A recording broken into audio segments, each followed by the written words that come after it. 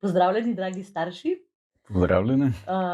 Hvala lepa, ker ste se udeležili najinega predavanja. Hvala lepa za vsa vaša vprašanja in tudi za vse vaše odzive. Predavanje vam je bilo všeč, nama to zelo veliko pomeni. Tako da dobila sva nekaj vaših vprašanj, tudi dobila sva eno mnenje, ki ga bova malo pokomentirala. Tako da, ja, lahko kar začneva. Ena mamica pravi, da bi imela samo en komentar, kako zdaj v bistvu ni več čevljev na vezalke, ker sva dala v predavanju primer naših odzivov na zavezovanje čevljev. In da v bistvu se otrok sploh ne more več naučiti čevljev zavezati, ne pri 10 letih, ne kasneje, ker je vse pač na ježke in na zadrge in tako naprej. In to je sicer res, jaz bi pokomentirala tole z ene plati zgodbe. Midva nisva želela v bistvu toliko dati poudarka na zgodbo o zavezovanju čevljev, ampak bolj na naše odzive, pa bom to tebi pustila besedo. Druga stvar je pa vseeno zavezovanje čevljev, ker vam svetujem, da otroke vseeno pri 6 letih začnete učiti zavezovati mašnice, pa ne zaradi odzivov ali pa česarkoli zaradi možganov, ker možgani rabijo, da se naša motorika razvija in ker se s tem razvijajo tudi naši možgani. Ampak midva sva v predavanju želela nekaj drugega. Ja, a sva midva v predavanju povedala to zgodbo, ko je en 5-letni otrok dobil na mizi mamin telefon in je v parih minutah obvladal pač vse te... V parih minutah je downloadal naložil igrico in jo začel igrati, Ja. ker je bil telefon nov. Ja, no skratka, 5-letni, ne. Zdaj celo eni prijatelji, ki imajo čisto, bom rekel, majhne otroke, pravijo, da se že rodijo s temi gibi, No, kakorkoli. Ta mama je rekla takole: ti obvladaš ne vem koliko funkcij na telefonu, Če obvlada napravo, ki ima 1000 funkcij, Ja. bo obvladal tudi napravo, ki ima 3 funkcije. Ja. In ta naprava je bila pralni stroj, ne. Tako da mu je pokazala, kako se pralni stroj Vključi. ja. Pač te programe ga je naučila in je otrok pri 5 letih se naučil prati perilo, recimo.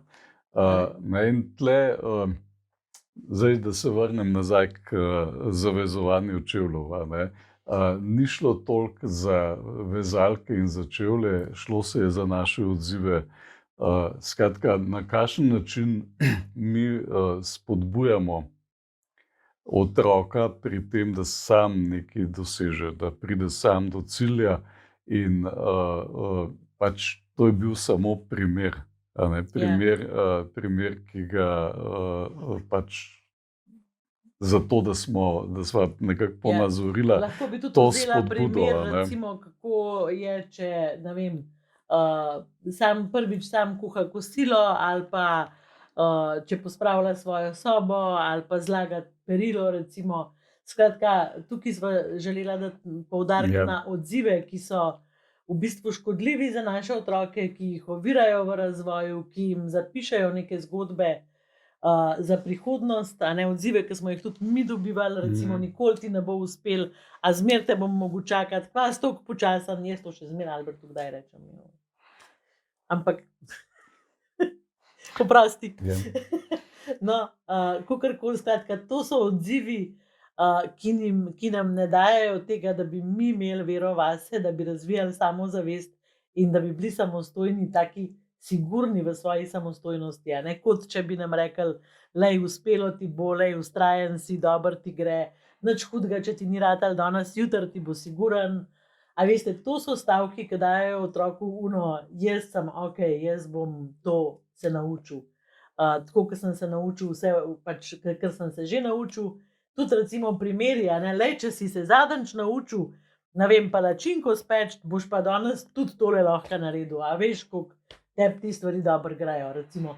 To so neke spodbude, neki spodbudni odzivi, ki našim otrokom zelo pomagajo. Je pa tako, kot sva rekla v predavanju, vsi ti odzivi so povezani z našimi vzorci, s tem, kako smo bili mi vzgajani, in v resnici moramo bolj se mi sami s sabo tukaj ukvarjati, pa s tem, kaj izrečemo, kot pa Ja, pa se obratno. a ne. tudi recimo, ne, tle mogoče bolj v teh primerih, ko otroci naredijo napako, a ne, Ja. tudi tako, ko sva rekla, kaj pa vem, a ne, zdaj v teh okoliščinah, ne, zaspi, se ne prijavi na začetek pouka, ne, zamudi neko Na razlago, videokonferenco. ne, ni ga tam, nekako, ne vem, spregleda, kaj ima za narediti, a ne, in pol je cela panika. A ne, tukaj je ta odziv, glej, a ne, tako kot si nisi znal zavezati čevljev, recimo, glej, jaz vem, da boš ti to zmogel ali pa da boš zmogla, jaz vem, da se boš, glej, lahko pokličeš, da znaš poklicati, da znaš mail napisati, da znaš reči, oprostite, zamudila sem, kaj, Da imaš dovolj poguma, da poveš Ja. resnico. kaj, Učiteljica, zaspala sem, Ja. ne, recimo, ob ko- 11. Ja.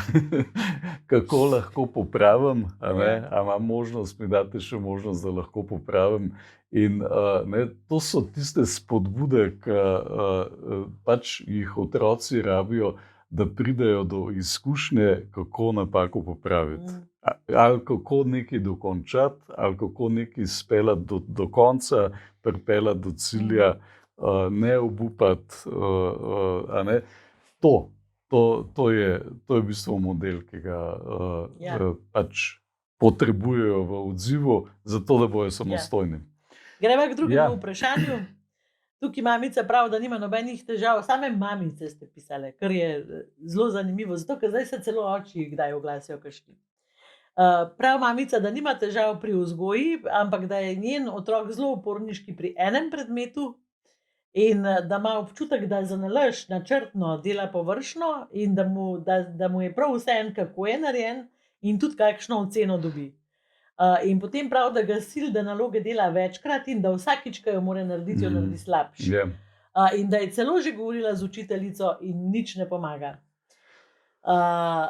Jaz imam tukaj zelo, zelo močen občutek, da je med otrokom in učiteljico, tukaj ne govorim o tem, da Ali je pa kdo slab. učiteljem. Ne? Ali pa učiteljem, ja. Tukaj ne govorim o tem, da je kdo slab, ampak mislim, da je med otrokom in učiteljem ali pa učiteljico neka nerazrešena stvar, da ni stika, in da otrok pač kaže neko uporništvo Ja, na ta ja. način, ker je to samo en predmet. a Ja, ne. ja. To je, glejte, tukaj se zelo pokaže, a ne, kako otroci, današnja generacija otrok vidi smisel v odnosih. In če ne vidijo smisla v odnosih, potem tudi ne vidijo, niso motivirani. A ne? In je tako zelo, bom rekel, je to tipična zgodba, da tam, kjer odnosi niso urejeni, kjer ima otrok občutek, da ali ga ima učitelj na piki, ali da je. Ampak ni nujno, da ima učitelj sploh občutek, da ni Ja. urejen odnos. Ja. Nekaj se je moglo zgoditi, ker je otrok Karkoli, pač, z otrokovega stališča, Ja. velikokrat, a ne, ne, tam se splača to urediti. A ne. Jaz se spomnim, recimo, kako, kaj se vem, glede enega našega otroka, enkrat, a ne, se je en učitelj pritoževal, da klepeta in da pač moti pouk in tako naprej. Ne. In pol smo otroka vprašali in je otrok rekel, ja, kakšen je učitelj, ne, grozne zgodbe. In v bistvu midva, beden, dolgočasen, tudi grde besede, Ja. a ne, o učitelju. tako da midva sva šla v bistvu na nek sestanek, sva se dogovorila, da sva pomagala, tako otroku sva rekla, šli bomo se to pogovoriti, a ne, in midva bova s tabo, da pač boš imel najino podporo, ampak boš to, kar si nama povedal na en spoštljiv način do učitelja. Ne. In v tem pogovoru, a ne, je bilo zanimivo, da je učitelj pol tudi na drugačen način opisal, kaj se dogaja, in sta si izrekla pravzaprav neke stvari, ki jih ne bi izrekel. Ne. Pač, ne vem, ta učitelj je bil temu našemu otroku dolgočasen, a ne, in pač je to slišal, ampak na nek spoštljiv način. Ampak sta se pol, bom rekel, nekako oglasila, ne, in od takrat naprej pač odnos sta naredila. Ne. Ja. Gre se za to, da sta naredila nek stik in da je učitelj pokazal, meni je mar zate In otrok je tudi pokazal, meni je mar pač, a veste, te človeške, bom rekel, vrednote Ja. imamo zmeraj, a ne. Skratka, kar bi jaz Ja. predlagala pri tem vprašanju je, če je možnost, srečajte se z učiteljem in z otrokom in ne na način, da boste vi govorili, ampak naj otrok govori sam in naj učitelj govori sam. In poskrbite, da jo boste slišali. Zaradi tega, ker to so v bistvu stvari, ki se dogajajo znotraj odnosa in mi od zunaj na to ne moremo vplivati. Ja. A ne? Lahko pa Ja. pomagamo, to pa lahko. Je pa res težko, a ne, hoditi nekam, kjer odnosi niso urejeni, ne. Ali pa pač ti otroci so ja. tako, pač sicer napiše, kateri razred je to, Ja. ampak če so ocene, to pomeni, da je že verjeten, a ne, Ja, prek vsaj druga 11. ali pa 11. triada, ja. Kar pomeni, da je pač to že velika mera uporništva. Ne bom se potrudil zate. Ne? To je tako. Otrok nima tega, da to nalogo zase dela, ampak misli si, da je sam da umem. Evo, tle imaš to skropucalo, pač briga me. Ja. In tukaj je treba raziskati, kaj se dogaja. Ker lahko, da si otrok kaj kakšno dejanje razložil tako, da je pač kaj zameril ali pa da ga je kaj prizadel. Ampak tudi, če vam pove, to nima nobenega smisla. To se mora zgoditi med učiteljem in otrokom. Tako da ko gremo bo naprej. možno, a ne. Ne, sej se lahko Ja. po Zoomu zmenita. Tudi. Po Ja. Zoomu se da marsikaj zmeniti. Tako da lahko pač prosijo starši za Zoom srečanje. Jaz mislim, da pač vem, da ste učitelji zdajle zelo zaposleni, oziroma da so zelo zaposleni, ampak verjamem pa tudi, da je pripravljenost zelo velika, Ja. zaradi tega, ker je vsem dosti težko. a Ja. ne. Okej. Še eno vprašanje je tukaj, tako, Težko vprašanje. Ja, A ne, če ga ne opominjam, kar naprej ne naredi nič, ne za šolo, ne doma. ja. In naprej, včasih imam grozne misli o svojem otroku, kako naj si pomagam. A je sploh kakšna pomoč zame? Verjemite mi, da vsi imamo kakšne grozne misli o svojih otrocih in da je to normalen proces. O tem, da so leni, da so nenatančni, brezbrižni, da jim je vseeno, da lažejo, recimo. Marsikaj si mislimo o njih. In jaz bi mogoče vam rekla eno stvar, zato ker vidim, a ne, če ga opominjam, a ste mogoče starš. Daj to narediti, to ni dovolj dobro, a si že naredil hitro mi prines, pa le koliko si počasen, pa daj to, daj daj. Ker imate občutek, da morate nenehno otroku dajati ene naloge in ga nenehno popravljati in vzgajati, in da ste oni starši, a veste, koliko si zatežena, so meni rekli otroci. In eno vprašanje tukaj je, a imate kakšen čas, ko se to ne dogaja, ko se imate fajn, ko delate stik, ko skupaj kaj izpečete, skuhate, se igrate kakšno igrico, greste na sprehod, ko delate kaj, kar otroku paše, ne samo vam. To so pomembna vprašanja. Tukaj zelo diši po tem, da vam v bistvu primanjkuje stika in enega miru v odnosu. Ja, ampak to je, navadno se je to pokazalo kot malo širše vprašanje. Navadno starši, ki v bistvu niso dobili zaupanja do sebe, že od svojih staršev, tudi nimajo v sebi zaupanja, da lahko, kako otroku zaupati. In je ves čas to neko nezaupanje, ves čas je v bistvu nek strah. Starši to delajo zaradi tega, ker so skrbni in ker niso v sebi, bom rekel, stabilni. Tako da tle je lahko veliko enih stvari, kaj jaz vem.